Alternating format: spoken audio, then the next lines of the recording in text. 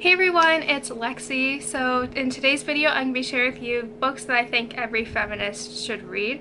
So I don't know about you, but I would consider myself to be a feminist.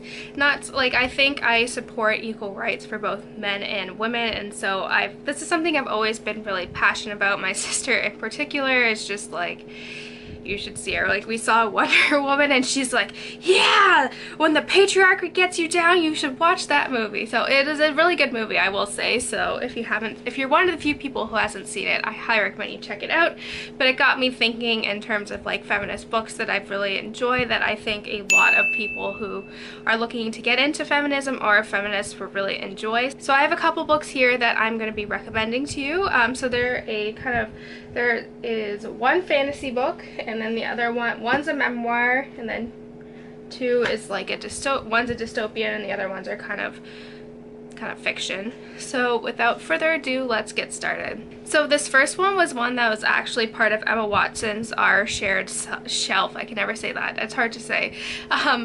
That was part of her book club that she has on Goodreads, that kind of talks about like kind of feminism and like all the other kind of topics. So this was one that I've read that I really enjoyed, and I think a lot of people, there's been a lot of hype around this book recently, and it is The Handmaid's Tale by Margaret Atwood. And I think especially now that the Hulu TV show I think just ended, there's been a lot of talk and discussion about this dystopian book, and how even though it's a dystopian, we can see aspects of that book happening now. So basically the story follows a girl named Offred who lives in a future society of America where this kind of patriarchal society takes place, and women lose all their rights to their body, just like everything. So Offred is a handmaid, so her sole duty is to produce children with whoever she's living with, and it kind of follows that. So it's a really difficult book to get through, in terms of like, even though, like I said, like even though we know like this is like a made-up world, I can see aspects of this happening and continuing to happening, which is really scary. And when I read the author's note at the back of the book, and she talked about how she kind of based these societies on places where women slowly and like real places in the world where women have slowly lost more rights. And I think that's really terrifying, especially now that's going on in America with like the government and everything that's going on with there. I think it's especially an important book to read. Like, everyone needs to read, both boy and girl, and just it has a really good message in there, and it's a warning of what could happen if we don't change our ways. So I think it is a mature book, so maybe wait till you're older. I'd say maybe 17 or 18, just because it does deal with a lot of dark kind of subject matter, so you know, just be a fair warning there. But overall I think it's a really important book that everyone needs to read. So this next one is a memoir that I read, I want to say maybe 5 years ago, like a long time ago, and it is Lucky by Alice Sebold, and she is the author of The Lovely Bones, for those who don't know. But basically this is her memoir of how when she was going into her first year of university she ended up getting raped, and how that basically changed everything about her. She kind of just discusses how this impacted like her family and just her relationships with everyone that she had, and how that experience changed her. And it talks about like the court date and all that. It's really, like I said, this is like, I would wait till you're older to read this, because it really is graphic and very hard to get through. But I think this is important to show kind of like rape culture and like just kind of that aspect of our society, and how like there's like shaming and like the emotions that come with it, and just like the whole kind of aspect and legal system behind it. And kind of, even though like we're kind of behind in terms of like the legal laws with this, I think it's a really it's not an enjoyable read, but it is meaningful, and I think it's something that a lot of people need to read. It is, like I said, very hard to get through, so maybe wait till you're 18 or so, but it is really gripping. She doesn't sugarcoat anything, she tells it how it is, and just how this experience basically changed her entire life, and just how everything she had planned going into university completely fell apart and all that. And it's like I said, it's not an enjoyable read, but it's meaningful and it leaves an impact. And I think this is something that's really important that boy or girl needs to read. So like with feminism, I always associate kind of strong female friendships. So this is one that comes to mind, and it is Firefly Lane by Kristin Hannah. This is basically a book that kind of like captures 40 years of this friendship between these two women and the ups and downs that they have over the course of that like 40 years or so.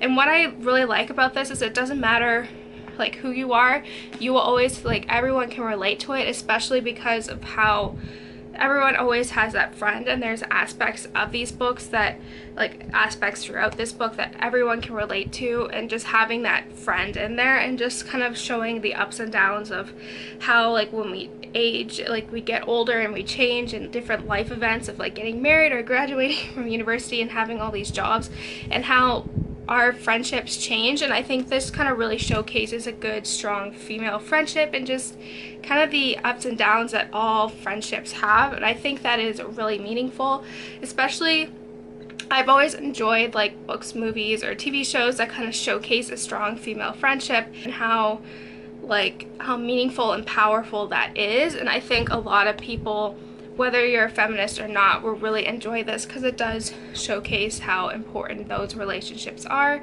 and how instead of being all like catty with each other, like if you are kind and if you have a friend, like it will be like, it's how meaningful that is and how much of a lasting impact that can have. So yeah. So next, this is probably one of my other all-time favorite books, and it does also showcase that good, strong female friendship, and it is Codename Verity by Elizabeth Wine. I'm not a really big fan of YA, but this is YA, but it's more kind of towards the older end of it. What I really like, and it follows two friends during World War II, and how Julie is captured by the Nazis when she's spying in France, and she kind of documents her friendship with Maddie, who was there. And I think this book is really powerful, not only in the message that it kind of shows about World War II, but also just kind of the, again, like with Firefly Lane, the extent of female friendship and just how powerful that can be, and how it's important to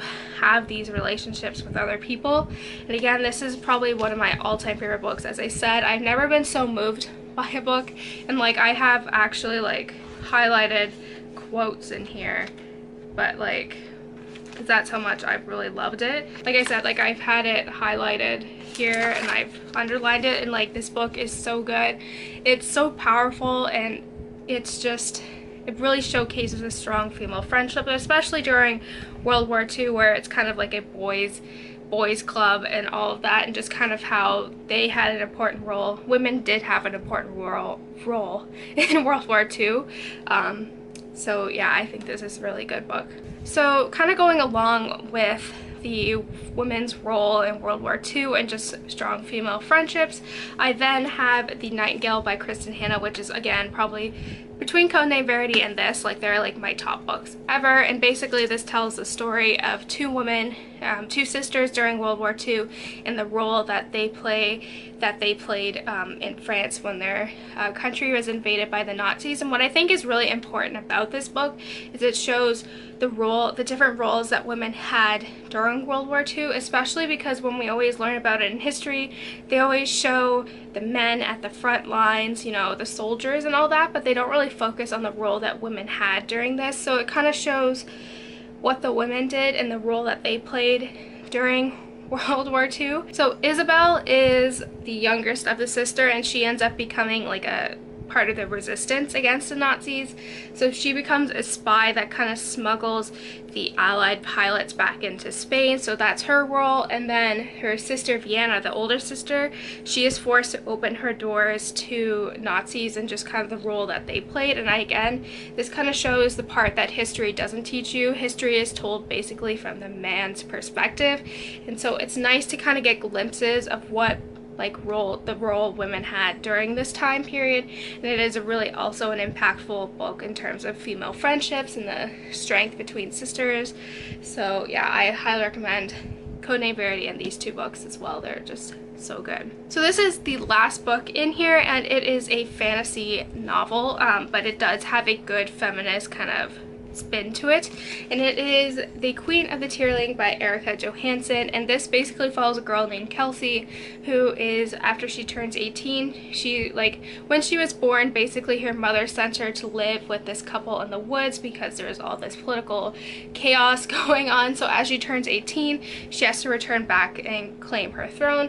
But what I really like about this book is the feminist twist in here. There was a few times in this book where it was like Kelsey would say something about like the patriarchy or like all that stuff, and I would be like, you go girl. Like, it was really good. And what I really like about this is that it's based on a monarchy, so queens have been, like, their neighboring kingdom, like the Red Queen is been a matriarch and like all this stuff, and it does have very good feminist vibes, and also kind of discusses like rape culture and just like how women can be treated as like just an object for all that stuff. So it, like I said, this is not YA fantasy, I'd say it's more adult, but yeah, it's really good.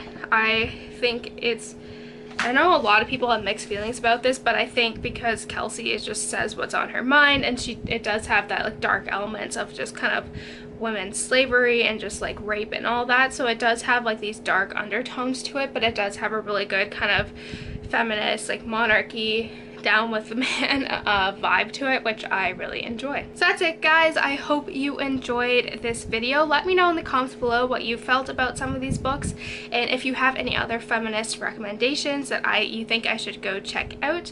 So yeah, don't forget to give this video a thumbs up, and I will see you guys next time. Bye guys.